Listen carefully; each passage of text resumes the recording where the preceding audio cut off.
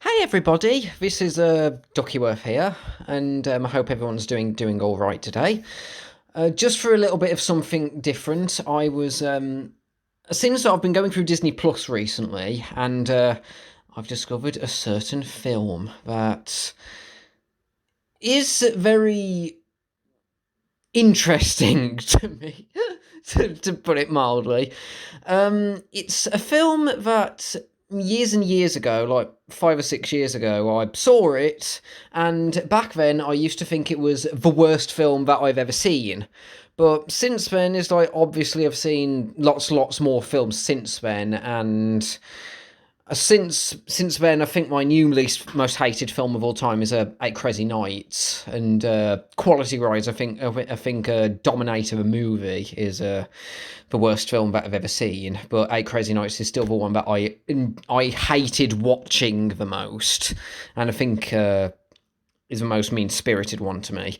But the film in question that I used to think was my most hated film of all time is The Wild. Yeah. I remember when I uploaded a review of this years and years ago, like when I originally uploaded it on my DeviantArt page. I wasn't the best reviewer back then. I remember I was looking up a lot of just like other reviews that people had thought about it, like on IMDb, Rotten Tomatoes, and just on Google, and just all sorts of other review sites. And many of the words that they used to describe this film were ones that ended up sticking in my mind when I came to try to watch the film myself and like write a review for it. So that's not the best. I've been trying to since move away from like taking other people's reviews as gospel over the years since my early days when I tried reviewing films. I like to think that in 6 years of God, I think it was even longer than that, like 8 years maybe. God, it has been a long time. I'd like to think I've matured more over 8 years, but we'll see. So yeah, just for something a little bit different, I thought I would have a try at watching the film on Disney Plus, and while I'm doing it, because at this point in time I don't have a proper like video recording equipment, I decided to do a little bit of recording on my phone of me watching it on my computer and my reactions to it. I'd have it on my phone and I try to do it relatively live. So that's the plan that I have in mind. I'll probably split it into parts, like every 30 minutes of a film, maybe, so the file sizes aren't too big, and just in case I need a break, just like have a drink or something, or if the film is as bad as I remember, just to maybe get away from it, to try to give myself a bit of a rest.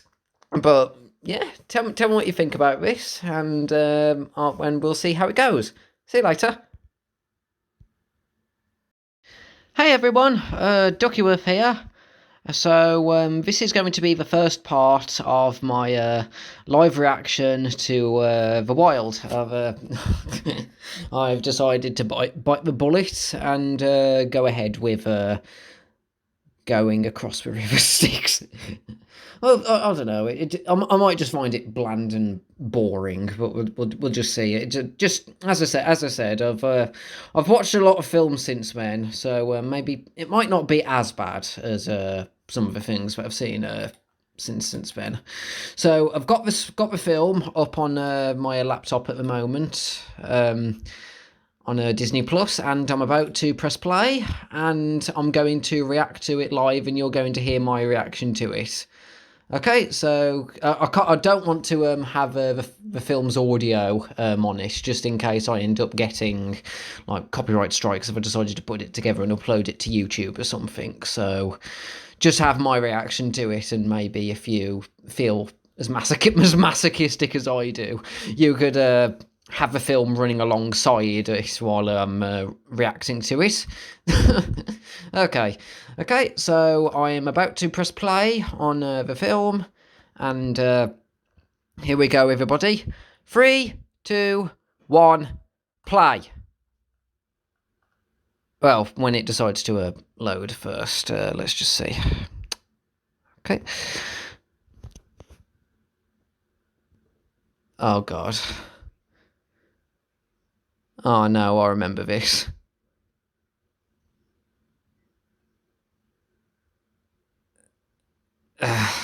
God, I remember this. Yes. Yes, okay, but it's not fun. You can stop grabbing the light.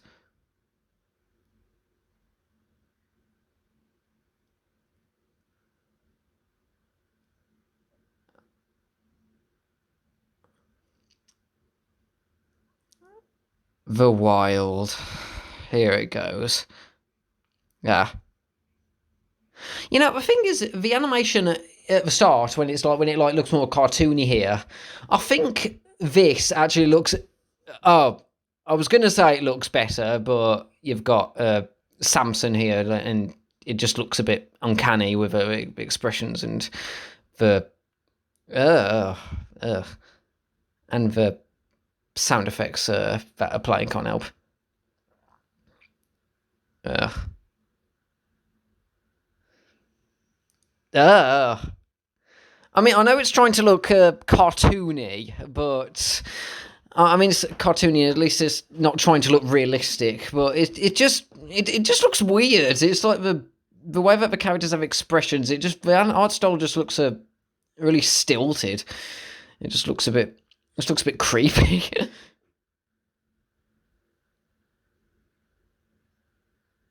Ugh. Ugh. Ugh. Why is he so swole? That doesn't look right. Ah. Ugh.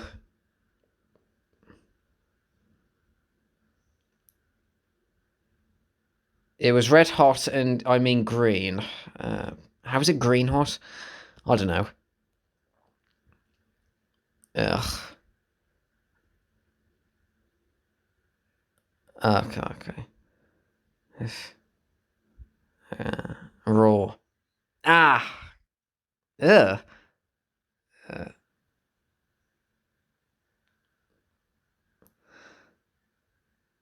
oh God. Oh no.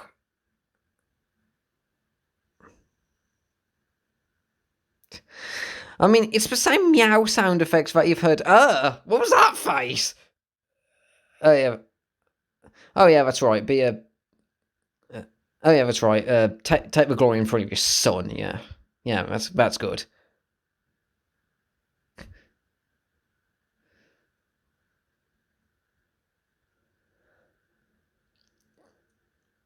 Yeah, it's like the facial expressions. It's like the animation isn't that bad, but the facial expressions just look out of place on the more realistic and not stylized models here. Like pulling his face here. Yeah.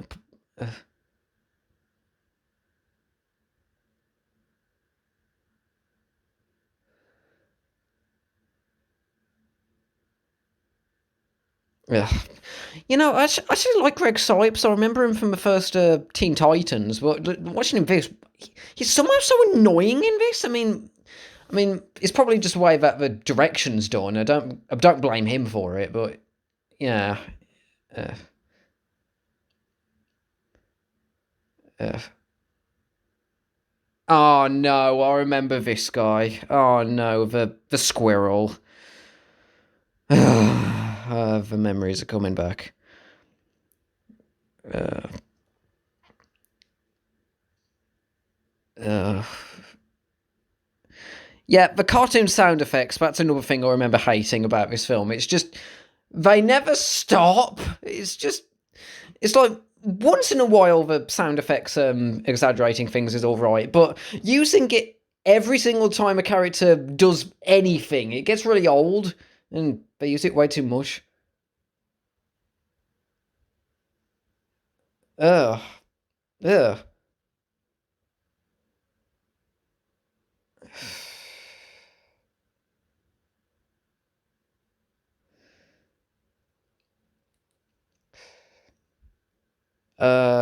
Why did that steak come out of a drawer? Uh, yeah, I don't know.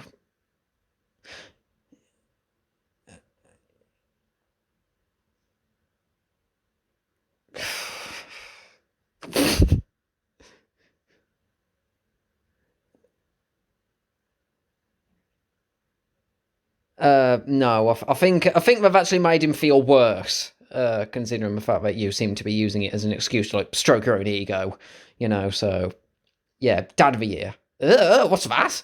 Ugh, over steak. Yeah.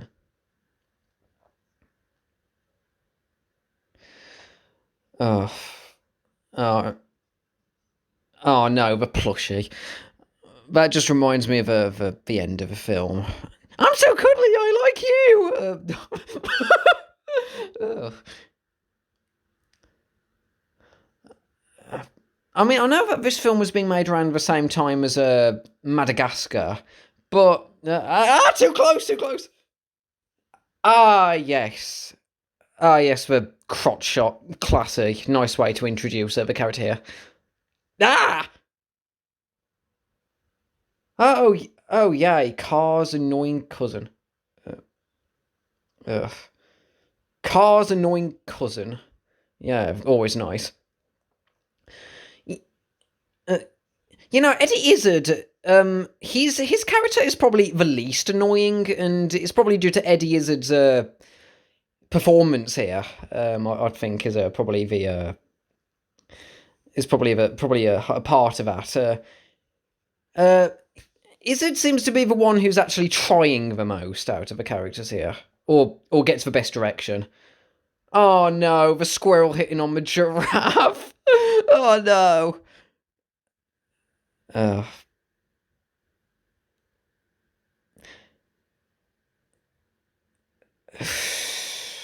God. Don't stare at my spots. My eyes are up here. Uh, Ugh! Oh, well, I will say this: every single character gets the really disturbing facial expressions. That doesn't that clashes with the art style. So uh, it's kind of like a equality for every single character here.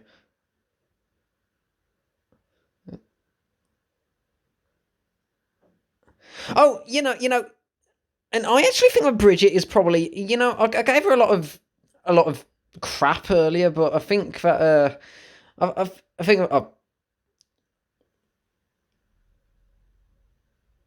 oh no, the dude at exactly the same time, dude. Oh God, I remember that. Okay, what I was going to say is, but I think that Bridget, the fact that she actually calls Benny out for falling in love with someone who's like 100 times his size, she's probably the only sane one at the moment. I mean, apart from Nigel, so that gives points to her. She's not. I don't think she's as bad, but then again, she does return his advances later. So you know, let's return to the stupid lines. Yeah, what are they doing? I've been talking over film. Okay. Okay.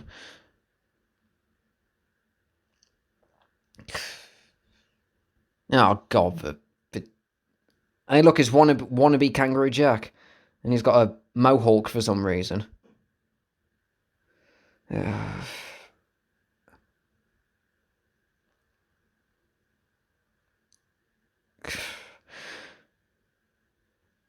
I'll give money if this was like B stars and then you just had Louis and Legacy just come in and kick all their butts here. That would make this so much better. Uh,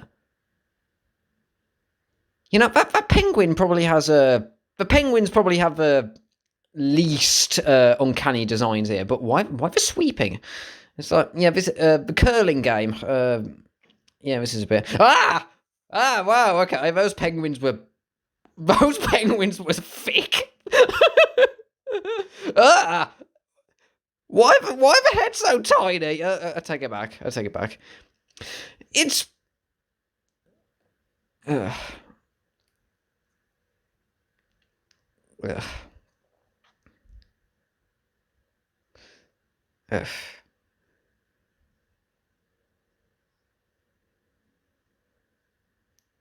Ugh. Ugh. And at least Lenny kind of he calls her uh what's his name, Samson, out for stupid stuff.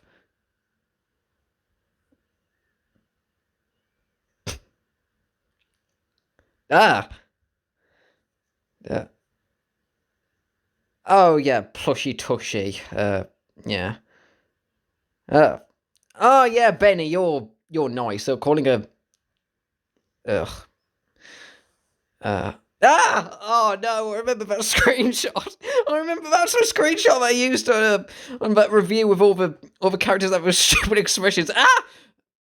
Oh yeah, kiss her without a consent. Yeah, yeah. You're really nice guy, Benny. Yeah, yeah. Great. I remember why I hated you. What's the point? What is the point? What was the point of that scene? Just showing that all the characters are just insane? Because that was just unadulterated nonsense for no reason.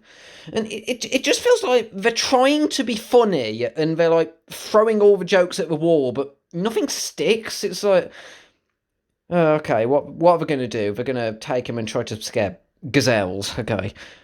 Unless one of those gazelles is the gazelles from Zootropolis, I'm not interested. Uh, uh, okay, here we go.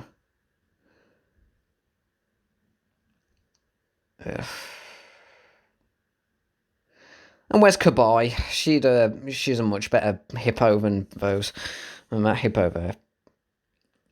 Uh, okay.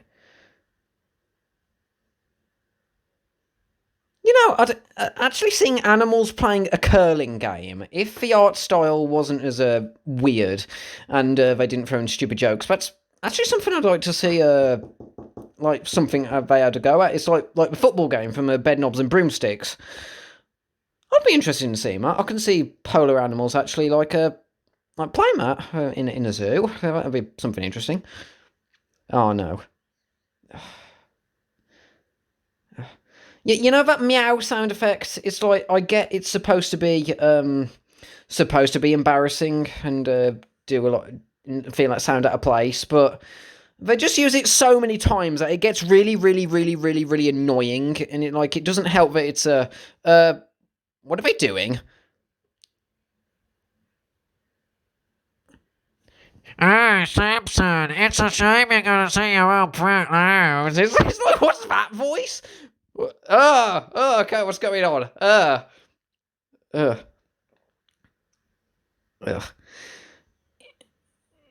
What is he, a cutie or what? What? What was that? Ugh. Where did they get those brooms from anyway? Where's the microphone from anyway? What was it? No, watch it yourself, sorry. It's like just it's like I'm trying to keep up with a filming, but this is just nonsense. This just feels like pure unadulterated nonsense, and not the good kind of nonsense that I usually like watching. It's just it's just dumb. Okay. Oh no. Oh no. I remember this. I remember this. Just the. Here it comes, the fart joke. I remember this. Ha ha ha. Humour straight that would be thrown right into Norm of the North. Just great. Yeah, really, really, really nice. And how did Samson's weird little annoying meow cause all the gazelles to stampede? It's like the thing is supposed to be that everyone laughs, but the gazelles seem scared of it and we just start stampeding. It's like, what? Oh, there goes the stupid nasally penguin, so yeah, that's. Wait, what was that? What did the kangaroo say? Stupid jock sound effects. How? did he endanger everyone? How did he endanger everyone? They all jumped clear for just... Oh, I don't know. Well, maybe the kid wouldn't... Well, maybe the kid wouldn't be like that if you were just using that as an excuse to soak your own ego, you idiot. You know, it's like... Ryan... Yeah.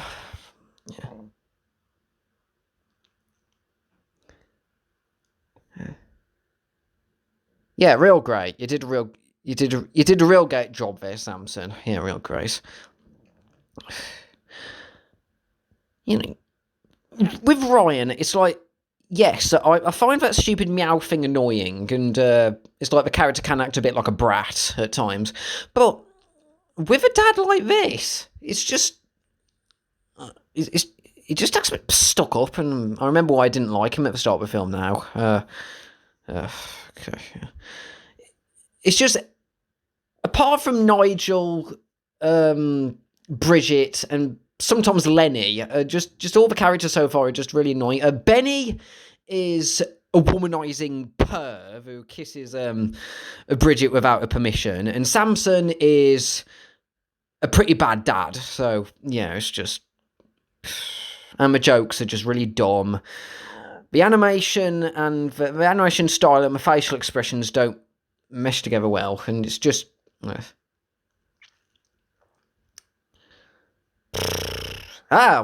does it... why do the lines have human fingers there? That poster looked like they had human fingers. Ugh. Just the way that they're done, they're just like human fingers with the nails done. But again, it's not B-stars, so the art style just clashes.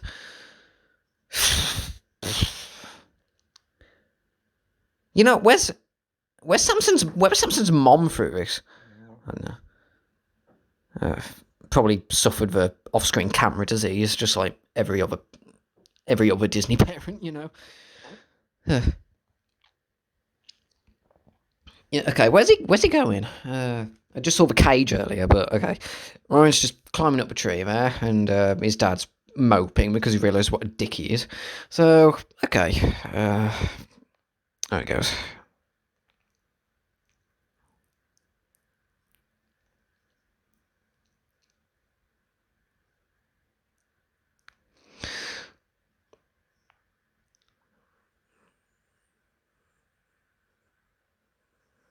Oh yeah, this is smart. He just sees that, and he just sees a random cage, and he just decides to jump over the fence and go into it. You know, you really cause your own problems here, Ryan. He's like, what are you doing? I mean, I know trying to get away from his dad and like sleep there because he doesn't feel like he belongs there, but you know, is his only problem is that he doesn't know how to roar? Is that it? It's like, that's a bit harsh, and I don't know. They didn't specify that. I don't know. I mean, I would have thought there'd be a better reason to.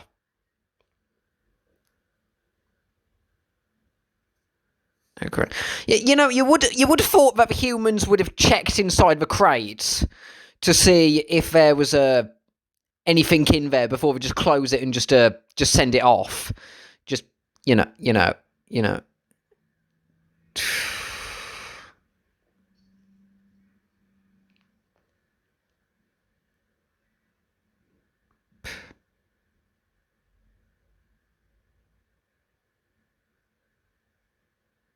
Oh, that happens.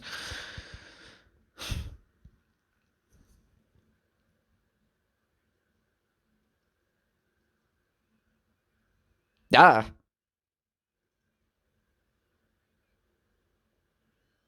Okay, yet another uncanny character. Pigeons. Ah! Okay. Sexy, dancing pigeons, okay. Uh...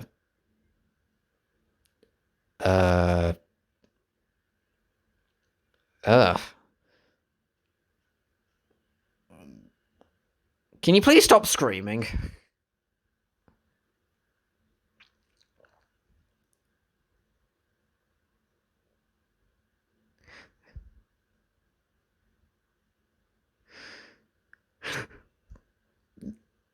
What is that voice? I know. Wait, but big water. You're not Kia.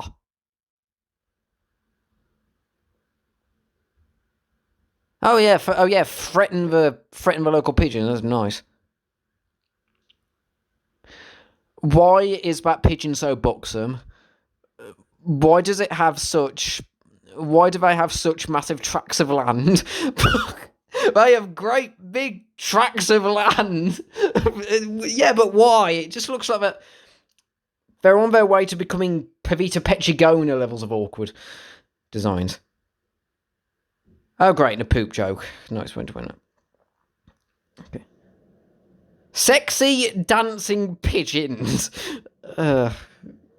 Just another thing to add to the awkwardness here.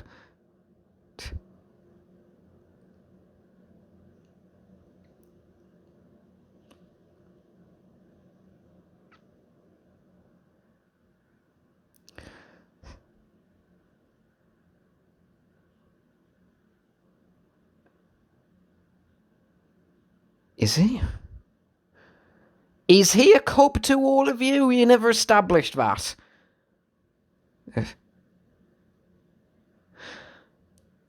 Okay, Janine Garofalo. That's the name. That's Bridget's actress.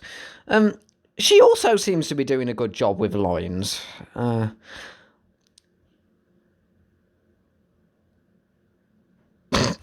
that was pretty funny.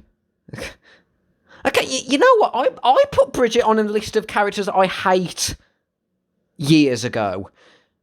What was I on then? She seems like one of the only sane ones here. Oh, great. Just get Benny off the screen, please. I really hate him. Oh, no, I can't look at that without Toy Story 3 flashbacks. Green bins going off to the rubbish dump. That's just what I remember them from.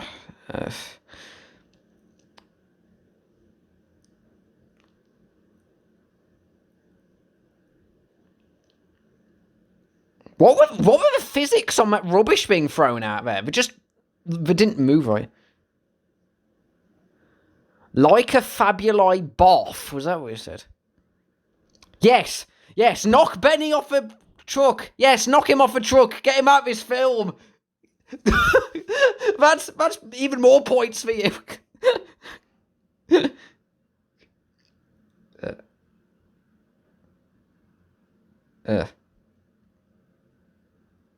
Okay.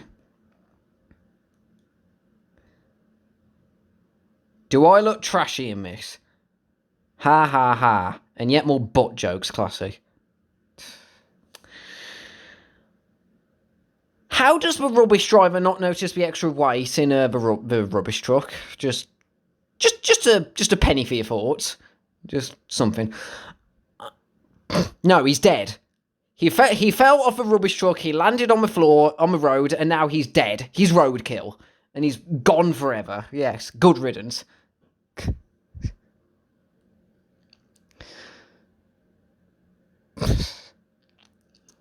Ugh.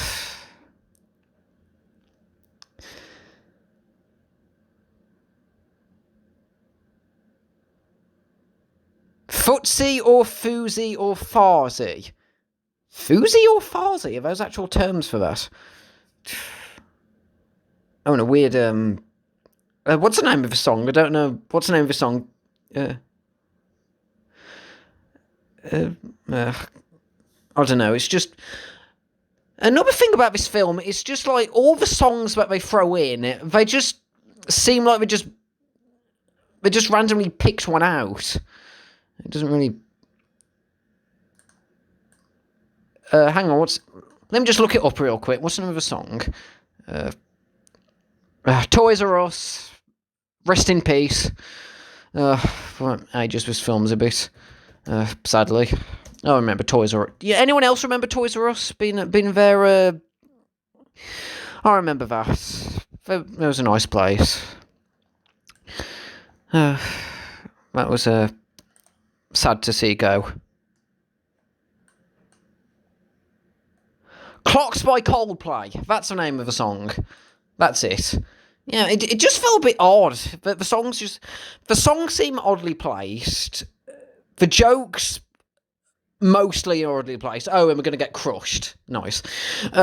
Crushed by rubbish.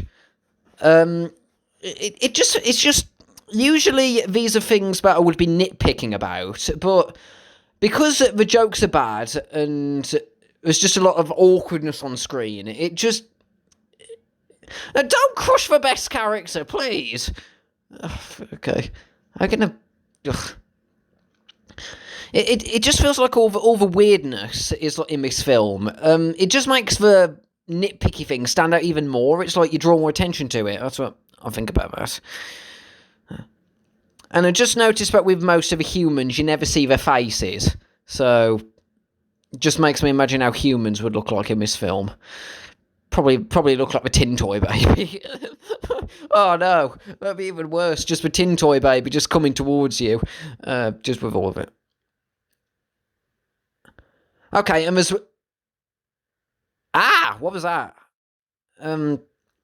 These animals clash with the city backdrop quite a bit. It looks like it's like the shading doesn't look right. And okay, so you get rabid dogs coming out and just chasing after them. How do the humans not notice a lion, a giraffe, a koala, and a snake running in the streets of New York City? Oh, and there's Lion King on stage randomly. And the only ones who notice them are 3 rabid street dogs.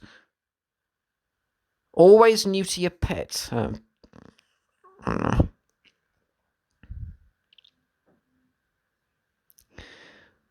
Hey, smart. Is it odd that the rabid dogs actually look like the least uncanny of the characters here? Because that's what I think about it. Maybe it's because they just keep it. Maybe it's because they just keep them looking more realistic and we don't try to throw in the. Okay, well, the art style for the dogs, they at least keep it constant. I take it back. I just saw that, and they're just as creepy as they are. Maybe it's just the fact that that's fair. Stop grabbing Bridget's butt. It's like she's had enough of Benny trying to plant one on her. So cut her some slack, guys. You could have asked her to just kick rather than just squeeze her ass like that. Oh, and that's it for the rabid dogs, I guess. So they were just... Oh, no, Samson couldn't think of a way to roar, so, you know.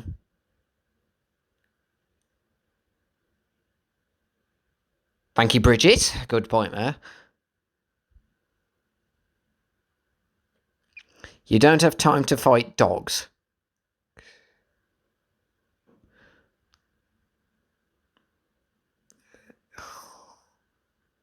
No, and I'm glad that humans don't lick themselves clean, Nigel. Because that's physically impossible. We can't lick our elbows, and we wouldn't want to lick other places. Okay, so where are they now? They're now in the sewer. And there's crocodiles in the sewer, which is actually a myth from what I've heard. So, yeah.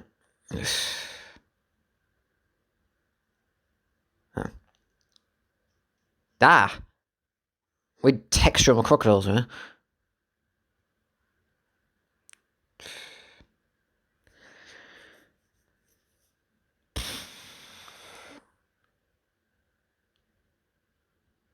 Okay, okay. I remember that Samson can't roar, but it's like.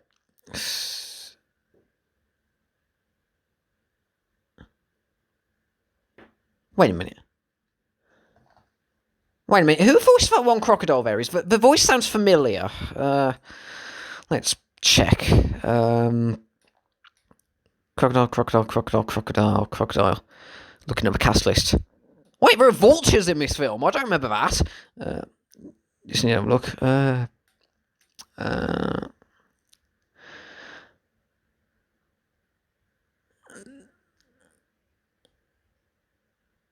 No, I don't remember them. Lenny Veneto and Joseph Saravo. I don't recognise those.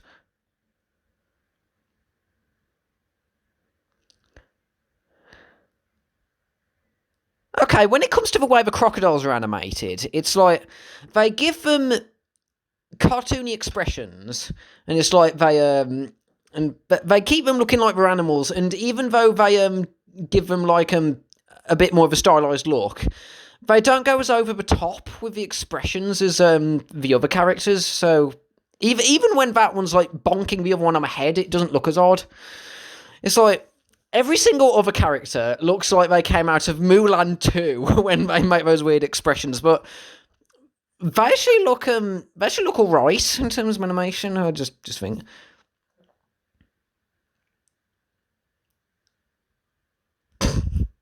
Okay.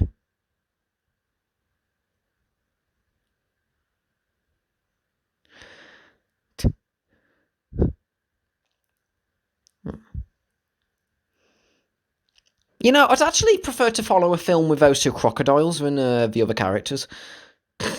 Just like if they started out in the zoo and they somehow ended up in the sewers, then just somehow that would be a.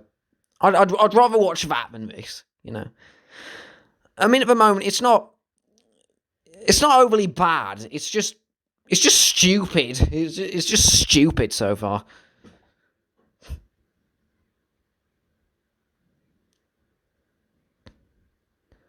And once again, the characters in the backgrounds, they don't mesh together well. They just look a bit weird. Just whether they go against with like the. And again, how do people not notice them? Is this like in the first? Is this in like the first two main Kingdom Hearts games? Is this in the first Kingdom Hearts games before Kingdom Hearts 3, where they say that there's hundreds of people on a stadium cheering, and then you just cut to it and it's just blank. Okay, did you go derp-eyed there? I don't know. And Ryan went on a ship, going away. Yes, you failed. Yes, you definitely failed. You said it.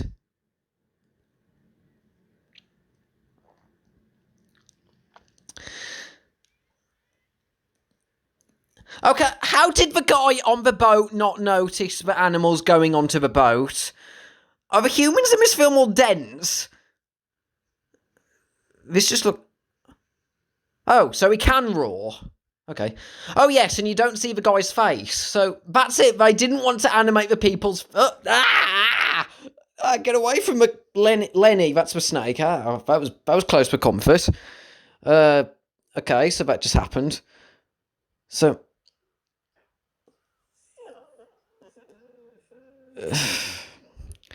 So the people are just stupid. How do we steer? None of us know how to steer. We're animals. That's what Bridget just said. So she is aware of how the Alpha and Omega sequels wouldn't be able to work with the wolves being able to how to drive a truck. So this film is somehow.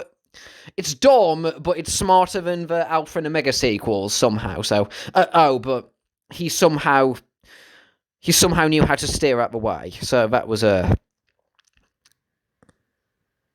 he's somehow good. But at least he doesn't spontaneously know how to learn it. So it doesn't spontaneously.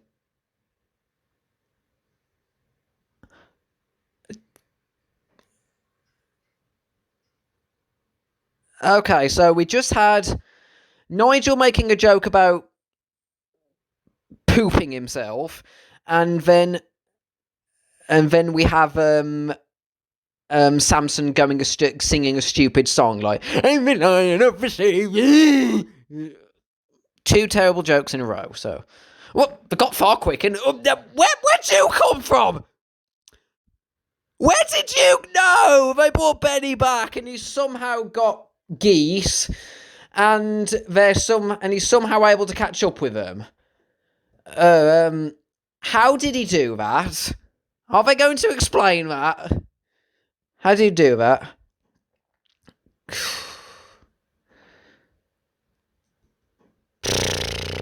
Okay.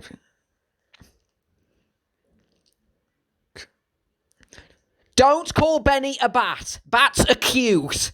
And they're much more likeable than Benny is. So don't compare Benny to bats, please, Bridget. Please. Ugh, and he's already hitting on her like a creeper. Great. You know, Benny's a squirrel and he's making creepy advances on another character. So he's like that Danger Dan or Daredevil Dan or whatever in the food fight films. Except slightly better animated. Okay, I mean, the textures look better, but he has terrible facial expressions, so no. Oh, and the geese actually look alright in terms of expressions, for Canadian geese here. So, again, the minor characters that look less uncanny. Okay, so they're going to guide them. So they're going to guide them towards land, I don't know, So the Canadian geese, they're going to guide them, so that's okay.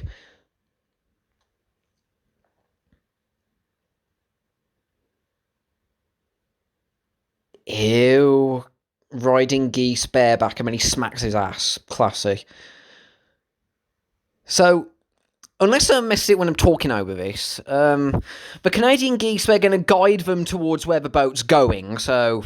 Okay, so it makes sense how I can make it to the island that Ryan's going to. But how did they make it to the boat to begin with? How did Lenny find them? How did he know where they were going? How did he know where Ryan's ship was going? How did he not splat on the... Where's Nigel getting sunbathing equipment from? It's like just nonsense on top of nonsense, and plot points, they just seem to they don't connect. It's just, why? It's just, I don't know, it's just... Oh yeah, nice lightning effects. That's going well.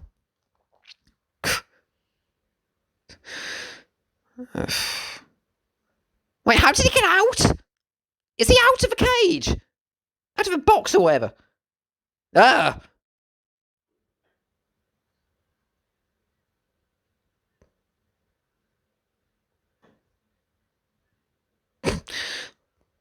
Okay, maybe it's just Eddie Izzard's performance, but this one bit where he's undergoing heat exhaustion, or pretending to, is pretty funny. I don't know.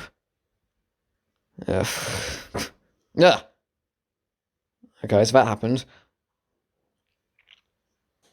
Iceberg. Well, he's dead. He just flew off a boat there, and... How long am I in this? Let's see. 38 minutes and 19 seconds. I'm already 38 minutes and 19 seconds into this film. I just paused it here, so... Well, that was an interesting first... I'm not even halfway through the film yet. And I think I need to take a break from it. Oh, this is bringing back some pretty bad... memories so far, but oddly enough, it's not quite as bad as I remember. It's just stupid, but I remember there being many more crazy things coming up, so I'm just gonna have a go at...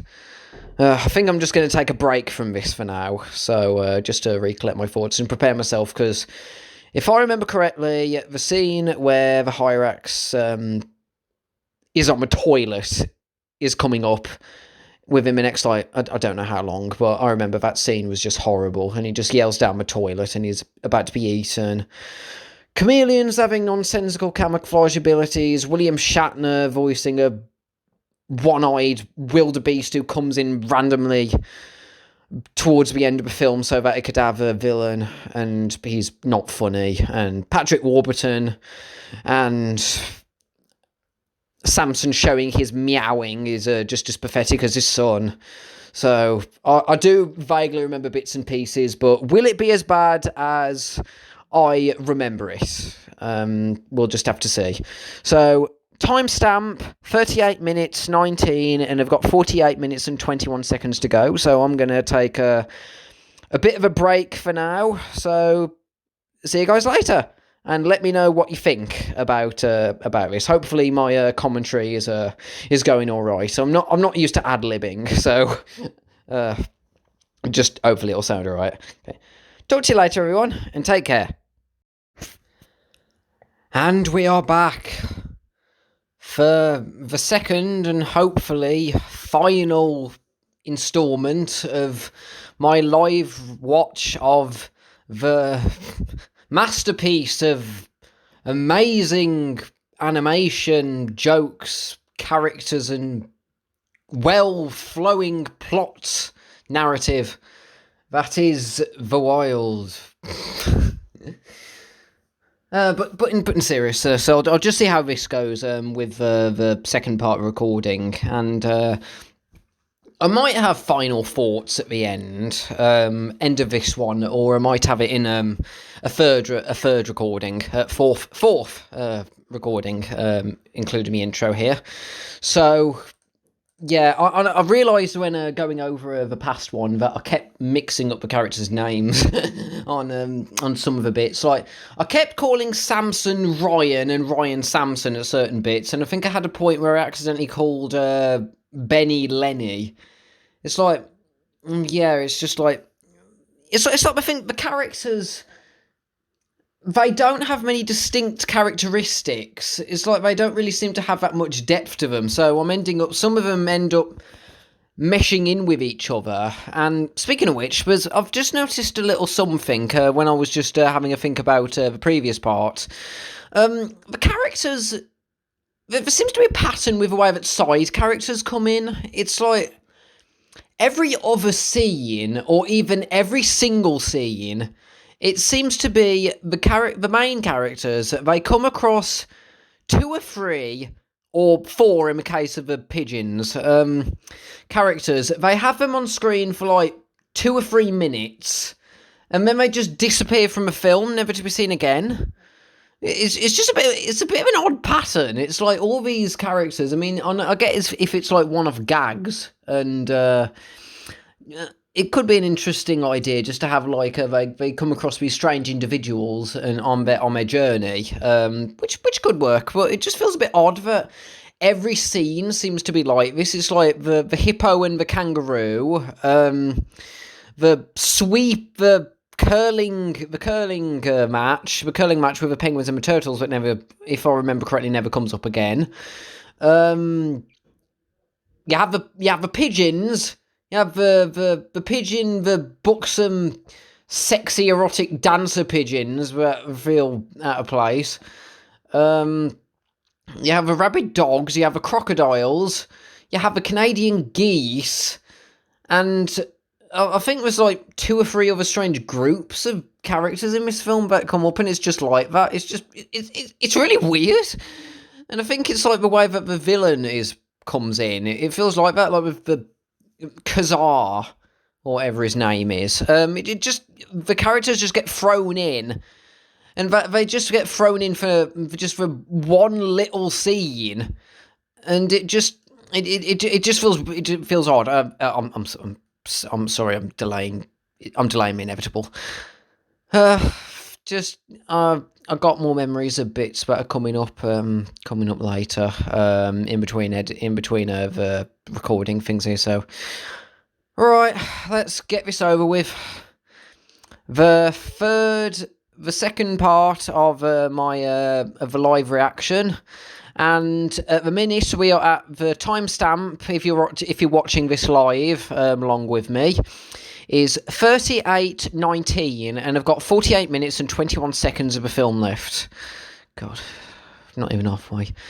Okay, so we're looking at Bridget, Samson, and Benny staring at Nigel, who's just flown off the boat to his death to try to escape from the film, and Lenny's just staring off into the distance for some reason. I don't know, maybe that chain on the boat looks interesting there. I don't know. Snakes full of chains. Okay. Here we go, everybody.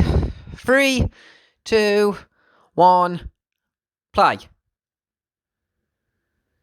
Oh, he's landed.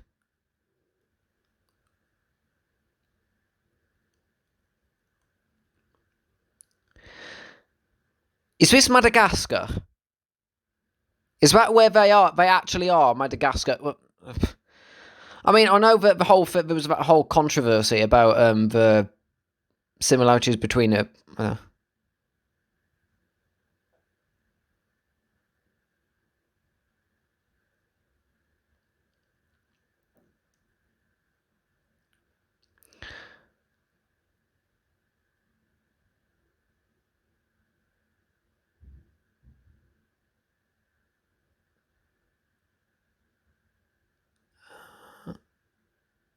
Oh. Well, I mean, it's nice to see a film where a zoo is portrayed positively. So they're saving the animals from an erupting volcano. So they're saving their lives and they're reintroducing them into a zoo. Okay, that's good. That's cool. I actually really like that, the way that they've done like the nature reserve there. So they're not portraying zoos as prisons for animals. They're actually portraying them with a realism. That's okay. Okay, the wild. That's a good point. That's a good point there. There's not many good points in this film, but that is actually something I respect you for. Then again, we've still got 46 minutes left, so wow.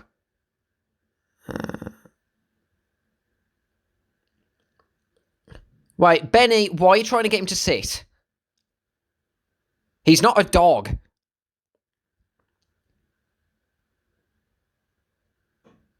Sports bra! Wait, did Bridget just say that even Nigel needs a sports bra or she needs a sports bra? You're a giraffe!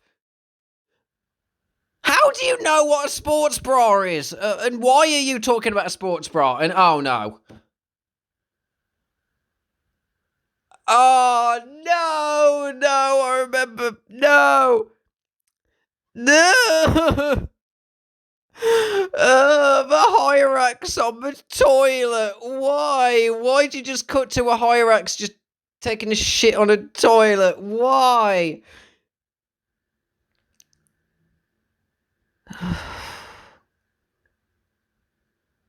What is the point? Why is there a Hyrax shitting? Why is there a Hyrax on the loo? Why is there a Hyrax using the loo? I can't get over this. This scene, and they have a beating him up. Remember, friend empire. Okay. Wait. What's going on? I'm gonna eat it. What is this?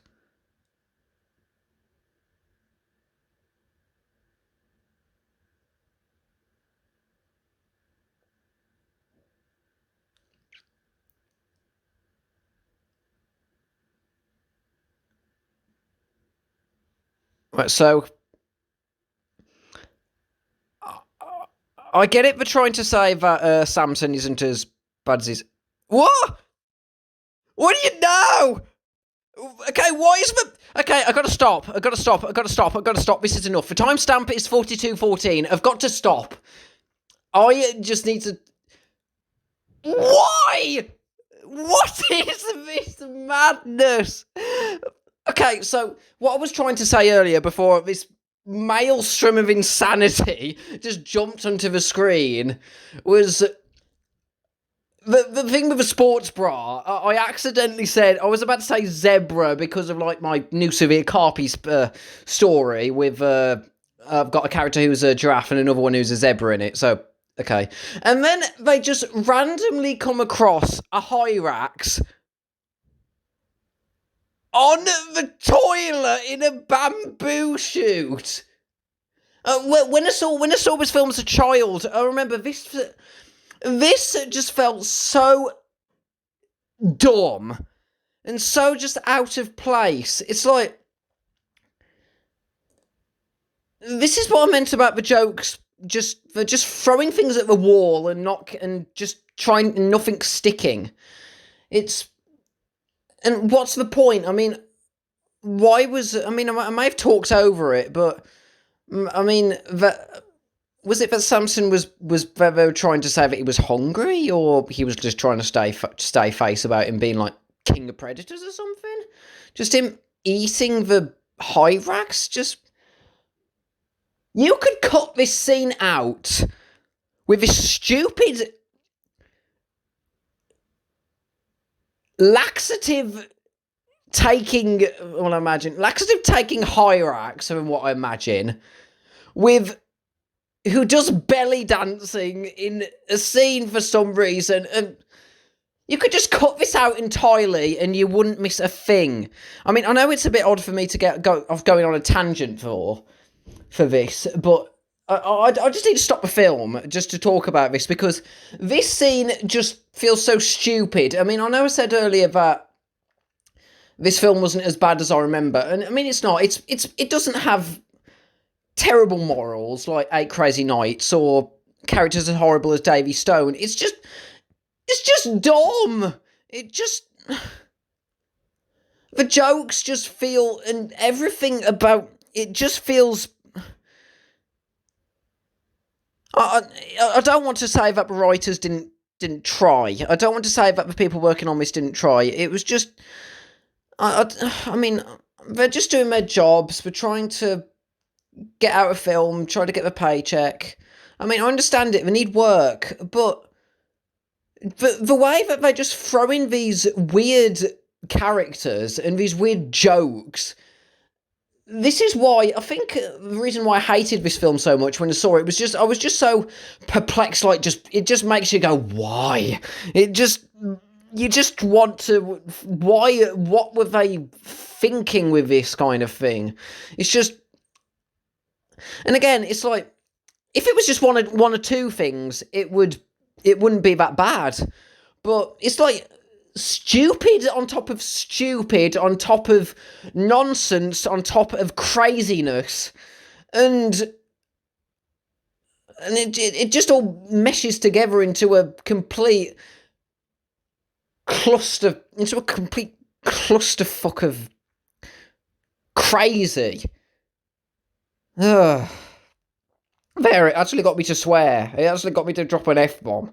That's what this film has driven me to, and I'm only at 42:14, still not halfway over. Okay.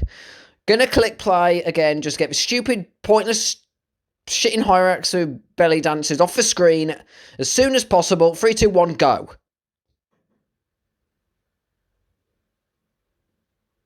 And why are there farting sound effects? Stop.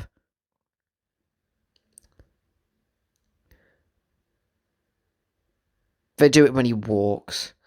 Just get rid of a Hyrax. Just go. Just go. Oh. And now he's... Oh, was it because he had a bamboo shoot?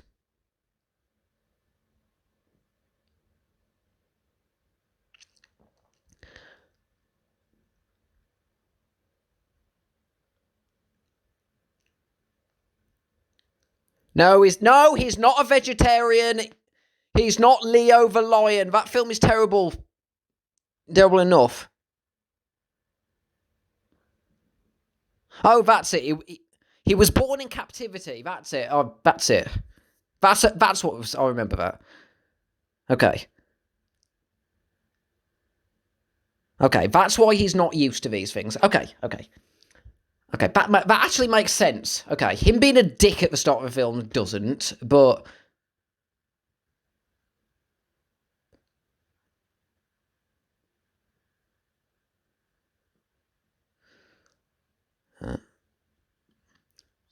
Yes, you are all going to die. And this film is going to stop. Splat!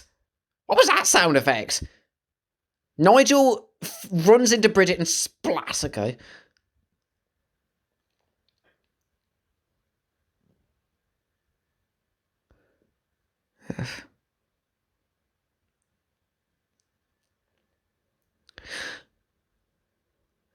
Oh, yeah. Benny stopping a drift. You're not even... Yes. Thank you, Bridget. You're not even together with her, Benny. Shut up. Yeah, I agree with Nigel. Blah, blah, blah.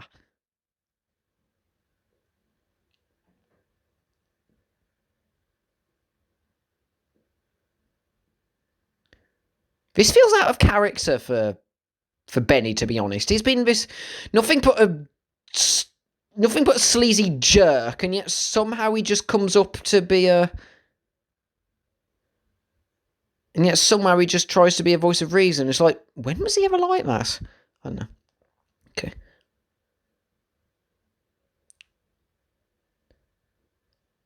Okay, one thing I'll mention, the music isn't that bad. Okay, that's another good point. Okay, here's Ryan and some of the... what? Okay, random baby hippo. The heck? What is that? What is that? No!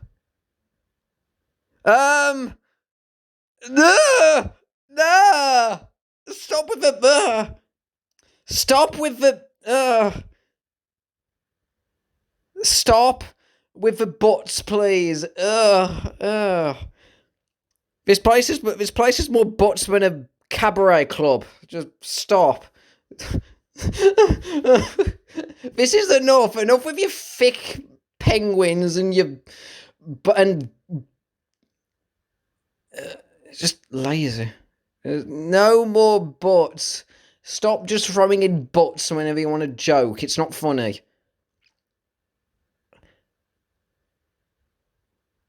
And the hippo and the mom was yet another character that was pointless and was just in there for a few minutes.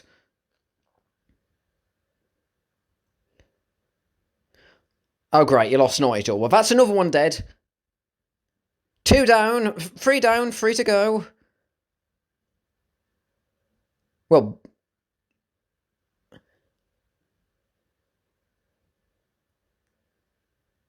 You know, how did they come up with that anyway in the writing room? Hey guys, let's have a squirrel hit on a giraffe and then they get together in the end. I mean, at least we're... Oh, the wildebeests, yeah. Random wildebeest just coming up. Okay. Oh, Patrick Warburton, you're too good for this film. And this reminds me of yet another stupid thing about this film. Wildebeests eating meat. They want to eat other animals, even though, to my knowledge, wildebeests are obligate... Hang on, let me Google. Let me just Google it up here. Wildebeest obligate... Well, I mean, you don't see wildebeests very much in animation, or hyraxes, for that matter, so at least we're putting in some more. Wildebeest... Google. Wildebeest, Topi, and Coke's hartebeest are all obligate grazers. Oh, hey, look, it looks almost exactly like Pride Rock. Oh, and they've got something that looks a lot like Be Prepared. What? But obligate grazers means that you can only eat, like, grasses and plants, can't you? Is that what it means? Oh, no. No!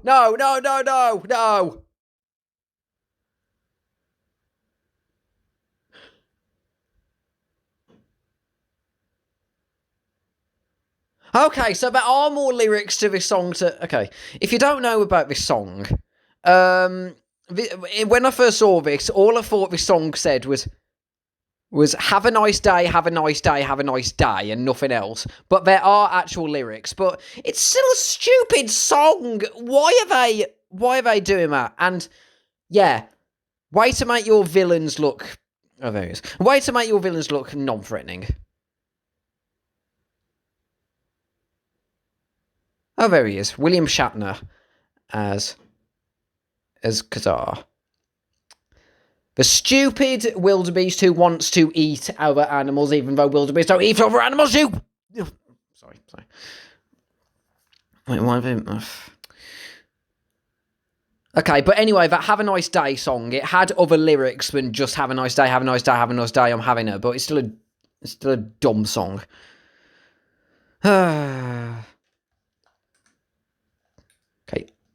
Okay, obligate. Restricted to a particular function or mode of life. So that means obligate herbivores means they can only eat plant life. So wildebeest can't eat meat. So there. And feel free to correct me if there's any evidence to the contrary, because that's just my take on it. But it's just another thing. But okay, either this film is finally making me go mad, or things are randomly changing colours, or it's the stupid chameleons that from earlier that can somehow make things change colour, even though chameleons can't do that, and it just feels really, really weird. Oh yes, threatening. That tree texture actually looks all right. The textures on the backgrounds look all right, but when it comes to vultures.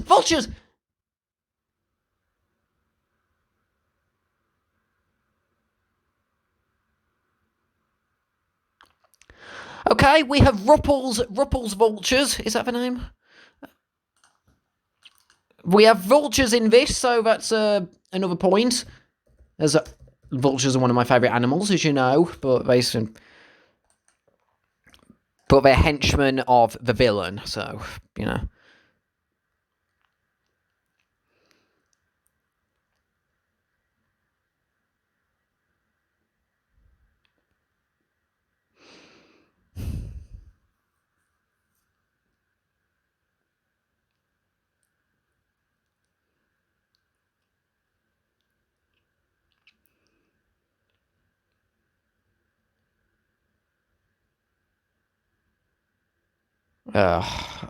Yes, the plushie. Okay, so another thing in the review that I originally wrote of this, I was wondering, oh yeah, another human that doesn't have a face. And how did you put that plushie on there, by the way? Okay, so another thing I said in my review is that it doesn't make any sense why the lions will be scared of it, of that plushie, because it just... But a friend of mine said that it comes out of nowhere, so they wouldn't know where it came from. But how are 3 lions scared away by a plushie that goes, "You're so cuddly, I like you"? True king of the beasts. Kings, queens of the beasts, everyone. Vultures! Leave the vultures alone, you monster!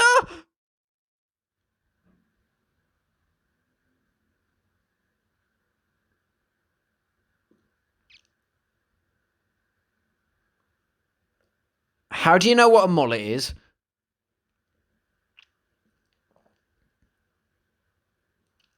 Yes, leave it. Let go of the vulture. Let them live.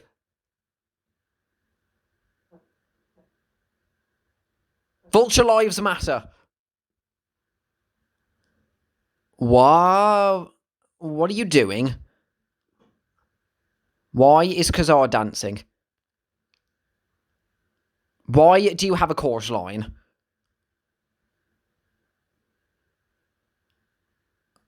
Yes, the vultures have enough of you, so...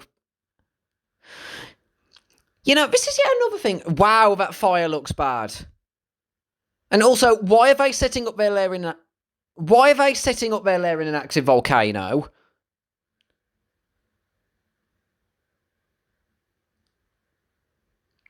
How stupid are these wildebeests?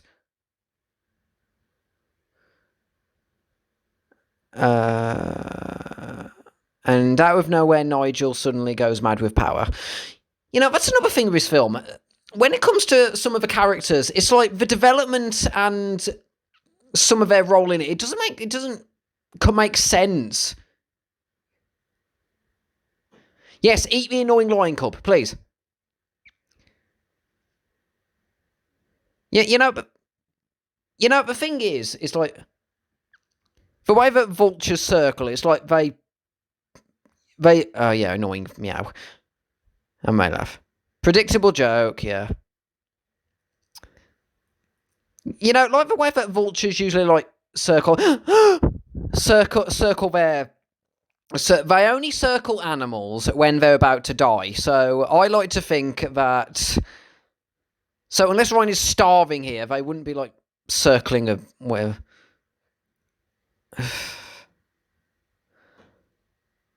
Way to ruin that dramatic moment with a cartoony skid sound effect as Sansom comes in. Yeah.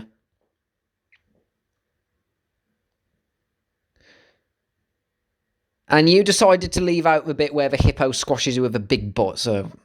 Okay, credit her, because that was pointless.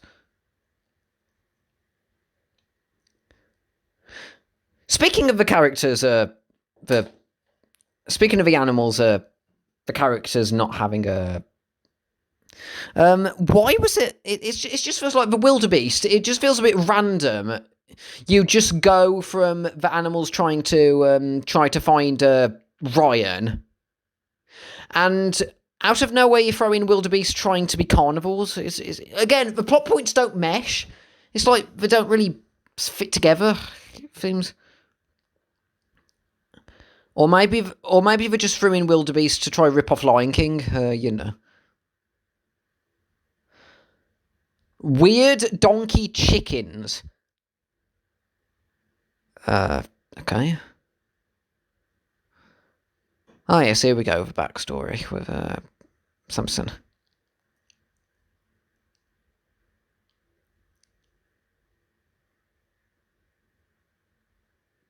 And Samson has the exact same model as Ryan. Wow, the Dumbo ringmaster, his voice really changed.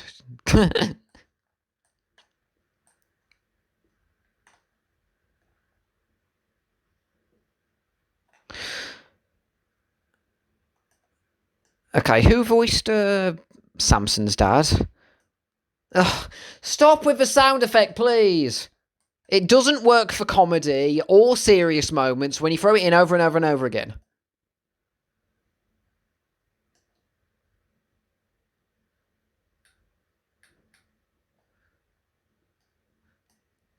Wow, that dad wasn't even big a dick. Kevin Michael Richardson voiced him. That's why I recognised him. Okay.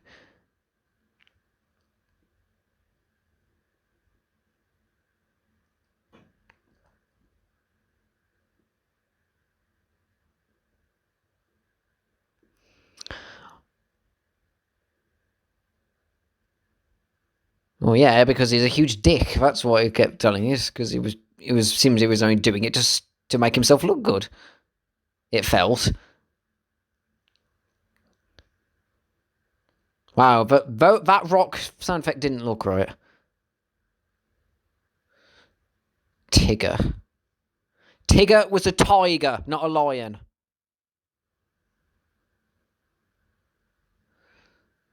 Wow, it really... Wildebeests being involved in a lion falling off a cliff. It feels like they're just Disney ripping off their own films there. Nice.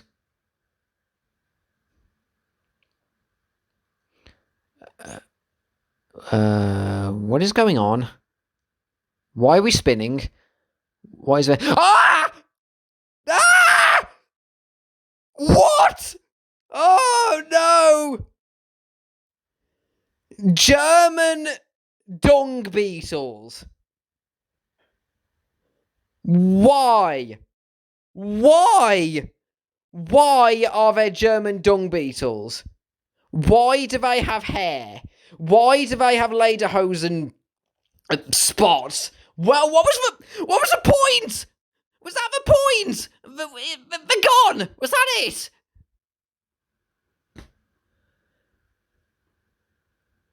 Jesus wept. This film. That's a comfort. Again, it's just. And there were all the characters that were thrown in for no reason, just stupid jokes that aren't funny. And was that the scene? They just rolled Benny along and then they just left.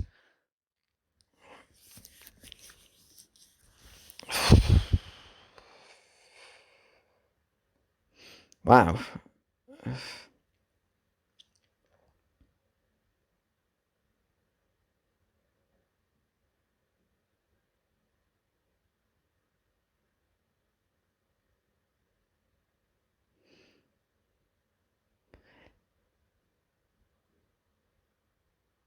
I've seen Lion King millions of times, so I know that dads don't survive when they fall off cliffs.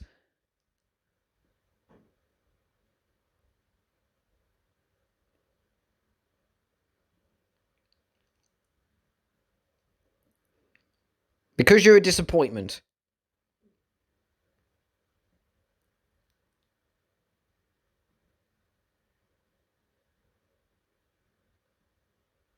You won't be able to digest a lion.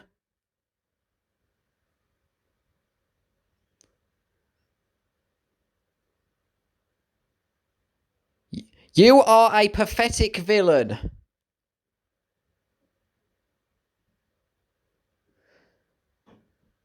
Also, how do you combine wildebeests wanting to eat other animals to wildebeests being dancers?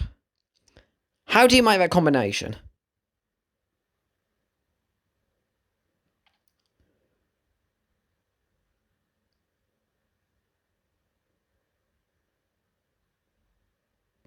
I knew you weren't really gone. This film doesn't have the guts to kill off the dad, and Simba and Mufasa are much better lion characters than us, and Scar is a much more threatening villain, so, you know.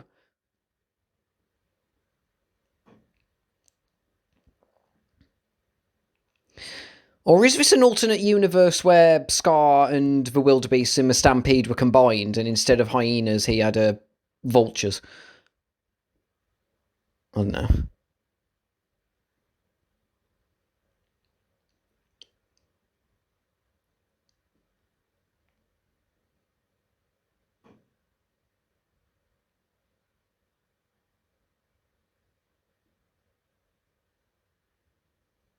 Did he? Did he?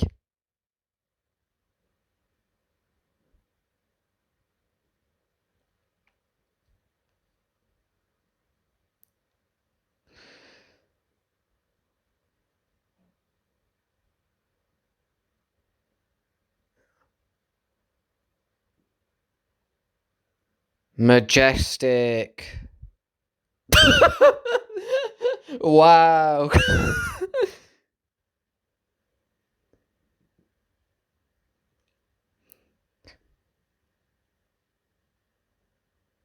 What? No, what was that expression?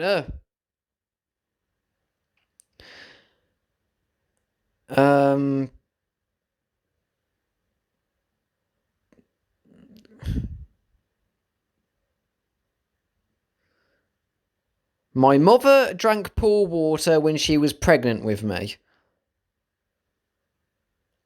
It sounds like the writers drank pool water before coming up with some of these ideas.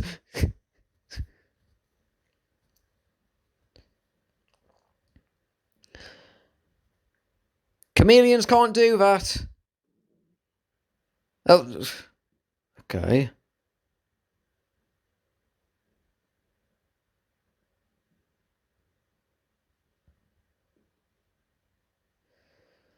And again, the chameleons look all right in terms of the art style and the expressions not being uncanny, but still stylized. So, yeah.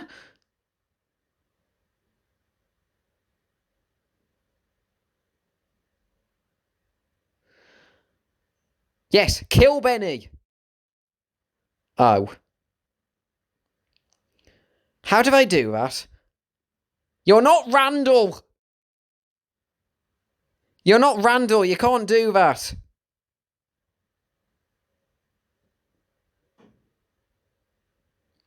Stop reminding me of better Disney films, please.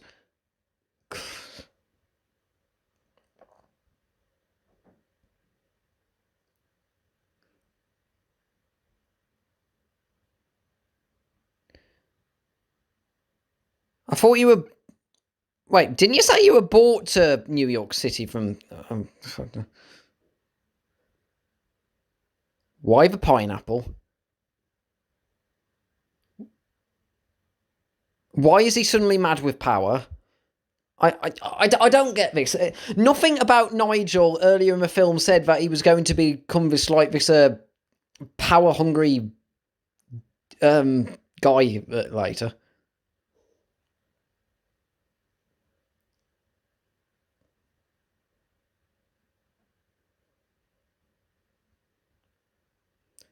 Good point for once, Ryan. What is the deal?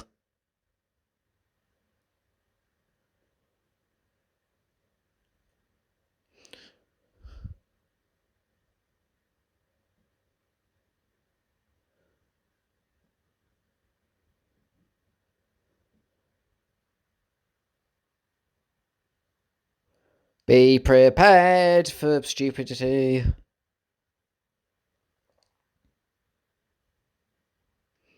Where are you gonna get onions from? Well, wait, which island is this supposed to be? I mean, pineapples I can understand, but where do you get onions from? Where did you get an onion from? Okay, wait, if you push them into the lava, how are you supposed to get them out when they're cooked? You don't have opposable thumbs and you don't have tools, so you just use your horns to pull them out. What's going on?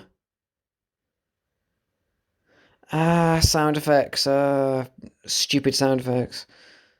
Levitating koalas.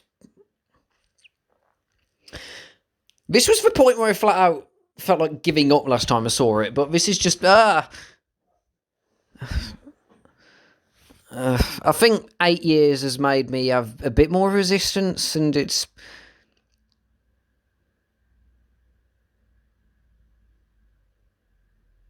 The sound effects are just way too distracting from what's supposed to be the serious moment, and the trying to go for realistic character designs, but somehow giving them really uncanny expressions, you know.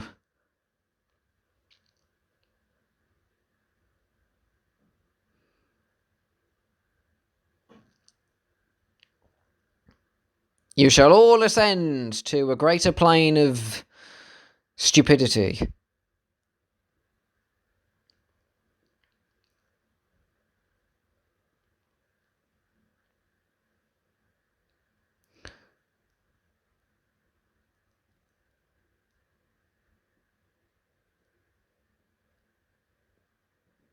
You know, if Nigel is supposed to be turning, I don't know, why is he attacking him?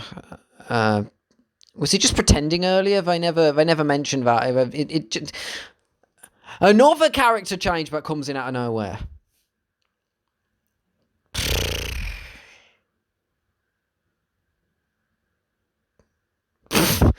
Okay, Ryan holding that derpy expression there kind of distracted away from it. It kind of distracted from the seriousness. It's like he was having this, he was having clench top jaw on bottom lip.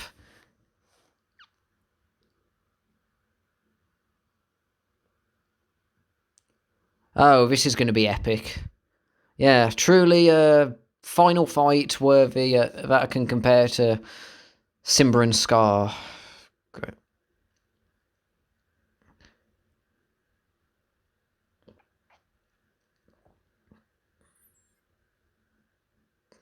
Well, this looks familiar.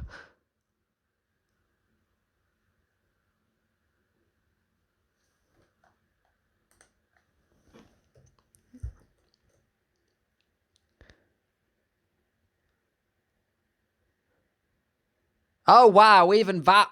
You're not being subtle anymore.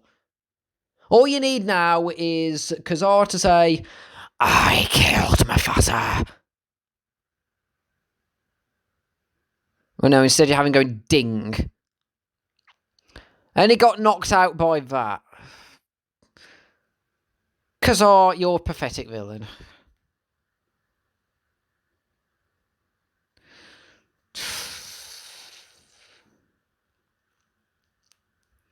Oh, what are we doing?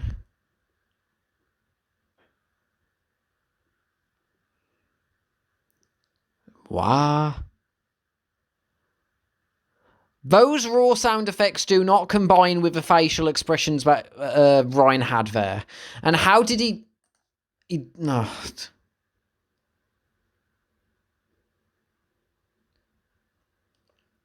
Where did the vultures go, by the way?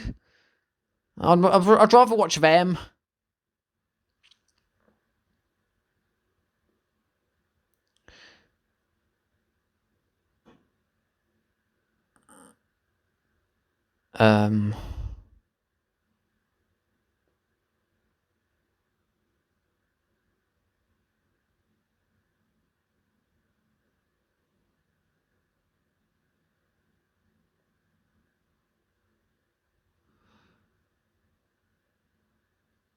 And the villains are going to have a really quick heel turn. For no reason.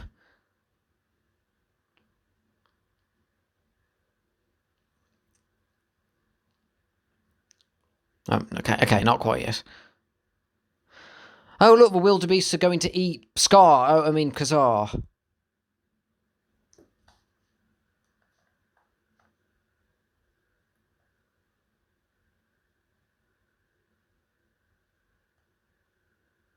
I thought he said we were the enemy. Sorry, better film.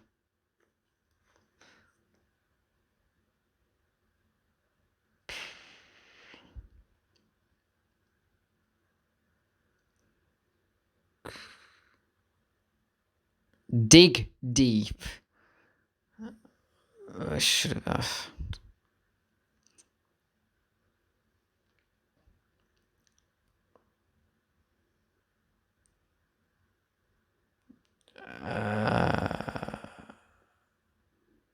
Okay. Please don't say that, Benny. And those sonic waves. How is he doing that? How is he roaring so loud it's creating like a sonic wave? What is he doing? Is he suddenly a Dragonborn? Dragonborn from Skyrim. What is he doing? I'm just going to Banshee, or I don't know. How does he do that?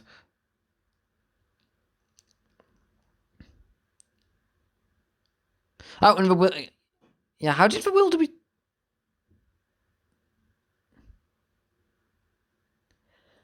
How do you know that the choreography is 80s? How can you do that? You haven't eaten anything. You're a pathetic wreck.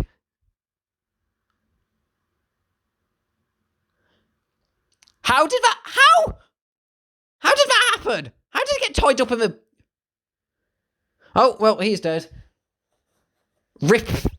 Stupid villain who has terrible motivations, is a complete non-entity, came out of nowhere. How did I get back to the boat? And he decided to build his lair in an active volcano. And... Wait, how did I get back to the boat so quickly? Wow, that explosion effect was terrible. Wow, that explosion effect looks terrible. And the background again looks bad.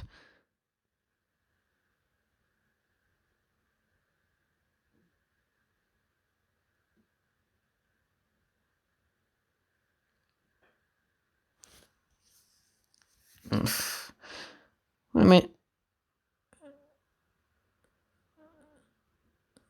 Well, I mean, at least it's nice that they discovered their rules by protecting each other.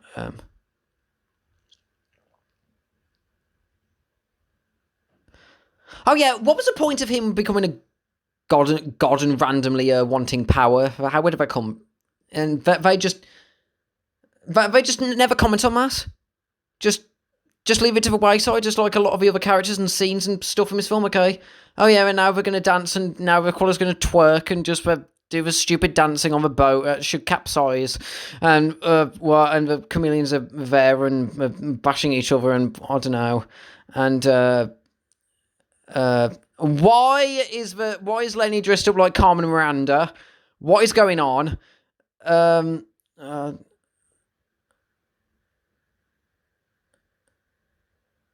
Oh no. No, please don't. No!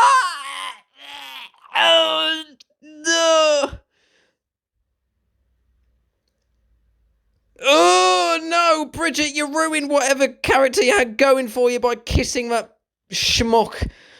I knew it was coming, but it was still disgusting. Giraffe kissing squirrel on a... wow, that dancing is awful. What? Oh, no. Oh, no. You know what else this is giving me flashbacks to?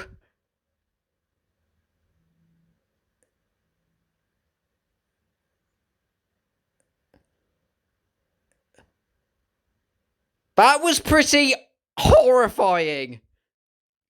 That reminded me of the ending of Alpha and Omega, where they dance like standing on my hind legs, and it looks really uncanny because of the proportions. And they sing the "Have a Nice Day." I think the way that Samson went "Have a really nice day, oh yeah," was what stuck in my mind. Oh god, oh nice. And they're gonna, and the boat has no fuel, and they're never gonna make it back home, and random wildebeest hanging upside down, and somehow being there, and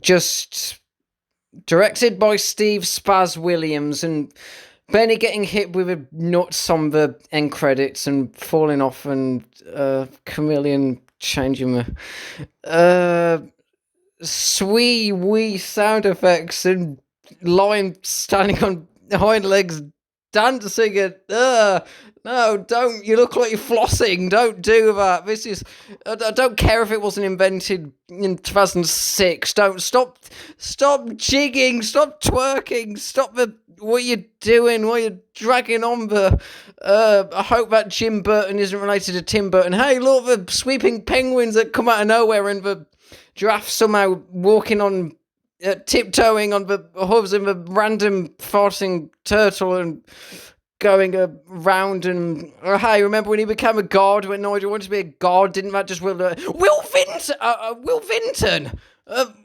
Wait, the Will Vinton?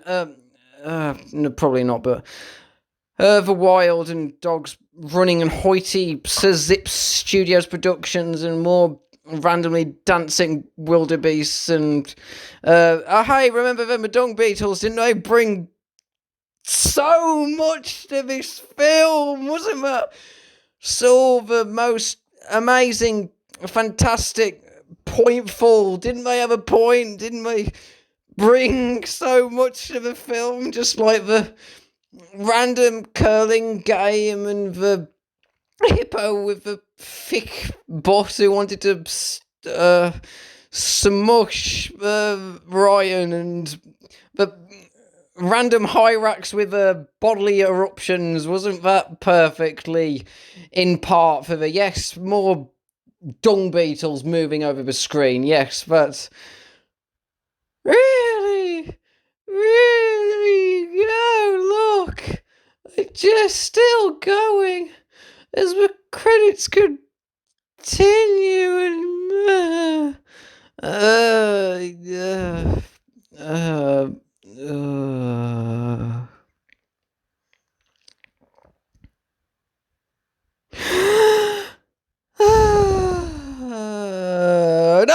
the Hyrax, no, get away! Stop gyrating your hips at me, stop! No, get away, stop! Expunge! No, do not want. Oh, Stupid madness.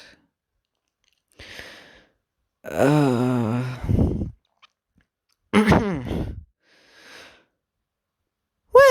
wasn't that oh look, there's more of them. Wasn't that a fantastic experience, everybody?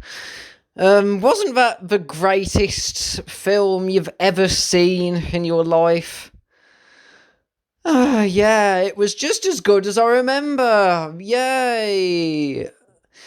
Okay, but in all seriousness, I think this film, A Crazy Nights, that was the worst film I've ever seen. It still is the worst film I've ever seen in terms of just how mean-spirited it is and how absolutely horrible all the characters are and the really terrible morals that are in it, and how it just feels like a waste of like the really good animation on it, so it makes it worse, and it's just so not funny, so vulgar, and so many bad mean-spirited moments in it. The Wild, wasn't expecting that again. Real FX Creative Studios, thank you for that. Anyway, the Wild, it doesn't really have any bad morals in it. One thing I will say is that at least there isn't anything that is offensive in terms of like bad morals for the family or for the children or anything like that. I actually do like the way that Samson and Swole Wildebeest, the way that they discovered their raw is by protecting each other. That's actually a nice thing that I like. You know, like that you can't force it out, but by trying to give them. But it's because they love each other. And no, thick looping animation of pigeons with huge boobs, because they didn't have enough animation for that, so they just decided to randomly have them. Show off what Mama gave him. Oh, I don't know. Okay, but the film, it's just randomness on top of stupidity, on top of characters that feel out of place, and story beats that Nigel Productions, what the hell? Not story beats that don't mesh. It just feels like they're. Why did that gazelle just shimmy on its butt? Yes, there was a lot of screaming in this adventure. There was way too much for it, Nigel. Thank you. And okay, at the moment it says that we've got 5 minutes and 3 seconds left, but that's just the different dub versions of the film. So I think I'm going to stop there and just click off the film. And you know, the thing is about the film, as I said, it just feels like they just throw in a load of jokes and a load of weird moments, like the characters just going through. It's on its own, that doesn't sound too bad if the story was okay, but it just takes so many superfluous and random and sporadic character, like bringing these strange characters in and all these random things. It's really, really hard to keep up. I think when it comes to films, it's like one thing that also drives me nuts, as well as like bad story or like the characters being horrible to each other or bad morals, is when you just throw random things in over and over and over and over again, and it just feels like they're throwing it in for no reason. It's like you can't follow it. It's like in a film like Alice in Wonderland, it's like it keeps you interested to see what the next strange thing is, and it's Wonderland. It's like it comes with a territory where like Alice comes across like all these strange things on her adventures. But in this film, it's supposed to have some kind of flow to it, like Samson and his friends going to try and save Ryan, but it just feels like they just try to throw random things in, like, oh look, Ryan just randomly jumped over a fence and decided to go into a random crate. Oh, look, a random sweeping curling game on ice for no reason, it just comes up. Oh, look, a random drawer that steak comes out of. Wildebeests who want to eat other animals. Strange Canadian geese who Benny somehow is able to keep up with the heroes with. Hyraxes with with bodily problems and hippos trying to crush lion cubs with their arse, or German dung beetles. It just throws in all these strange things, and it just feels like, and look, and now we're just gonna do this, and suddenly this, and then this thing happens.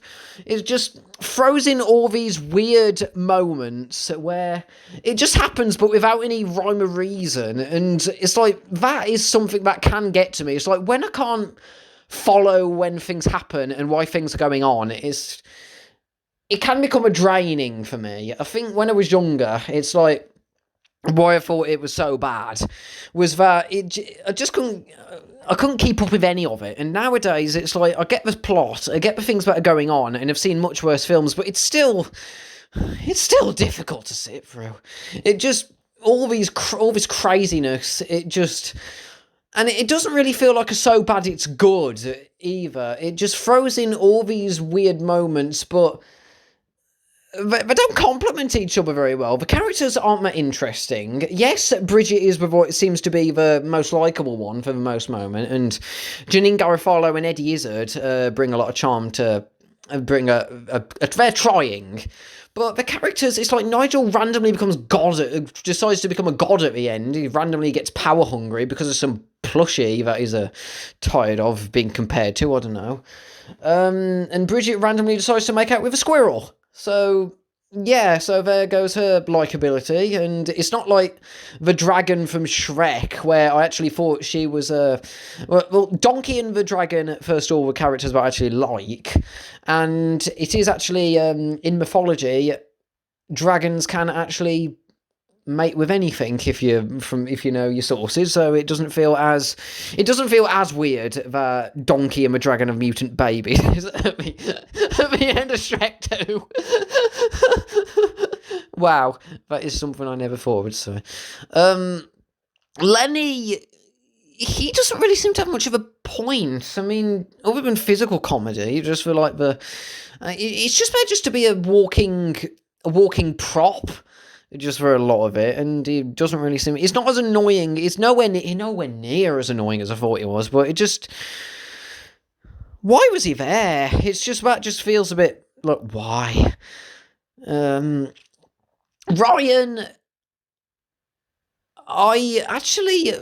and Samson is like, first of all, Kiefer Sutherland. That's the name of the guy who voiced That's for Samson. He's. The thing with the voice actors is that I think they're trying with what they're given, but the direction wasn't that good. It's like James Belushi as Benny as well. It's like, I don't know how to describe it. It just feels.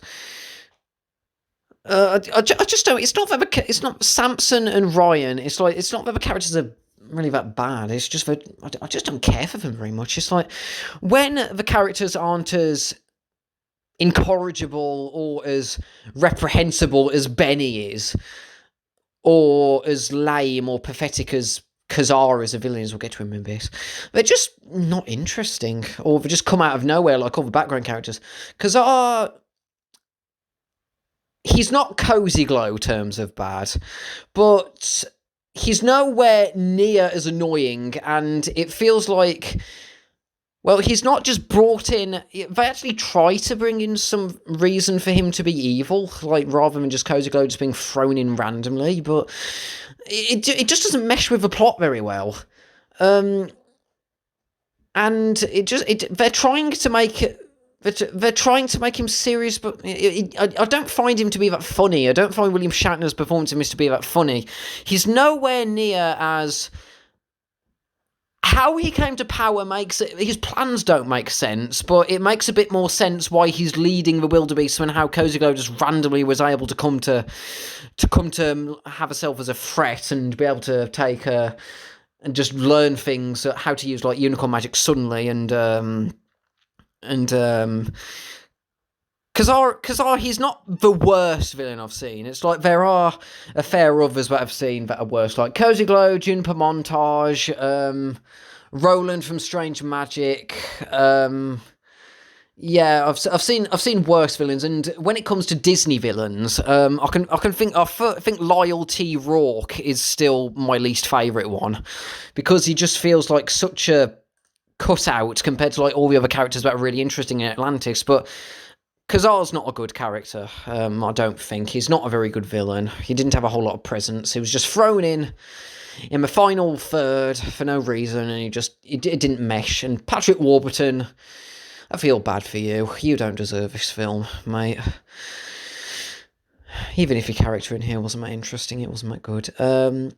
Animation. As I said, the thing is, it's not like animation where the characters are so realistic that they're not allowed to have expressions. That they do have cartoony expressions, but it just feels out of place with expressions they have. It's like they show them having these semi-realistic designs, but when their eyes get buggy or they end up just like screaming at something, it's like they're too expressive. It's like, again, it's like Mulan 2, it's like Mulan 2 with Angry Shang.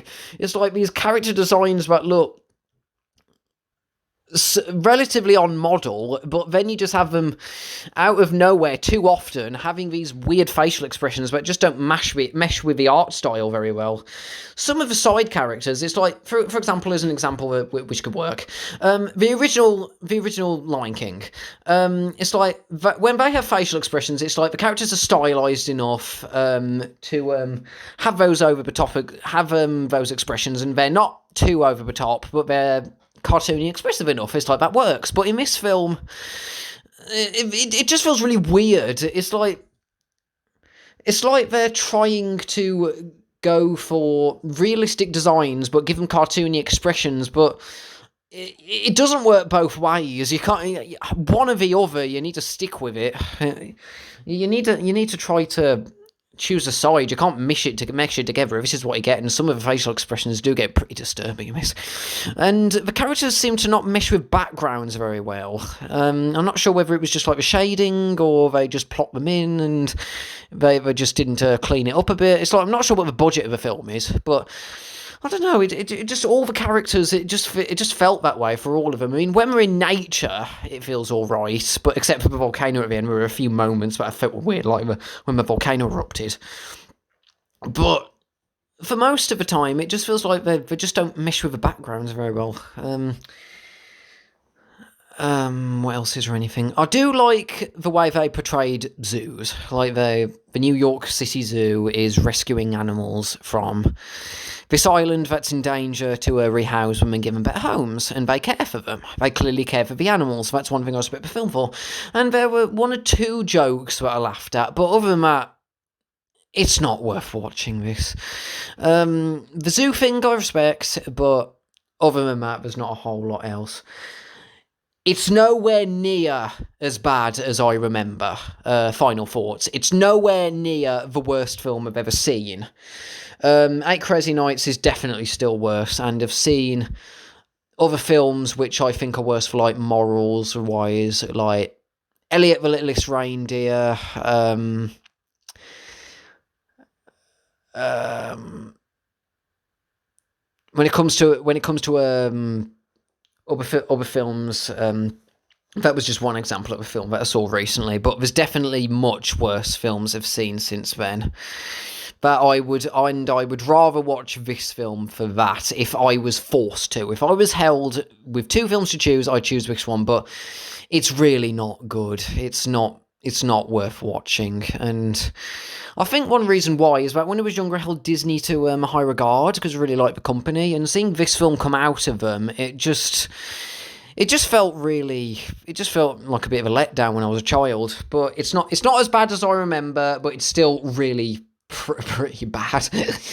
It's an annoying, incomprehensible bad. That's the way that I describe it. It's just pure random nonsense.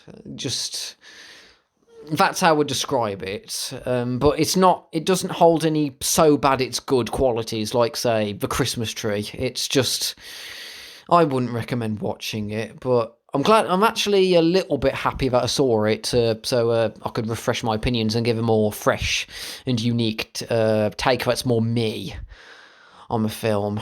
That wasn't just like copying and pasting what other reviewers said in the past and trying to come up with something of my own. So, but wasn't that fun, everyone?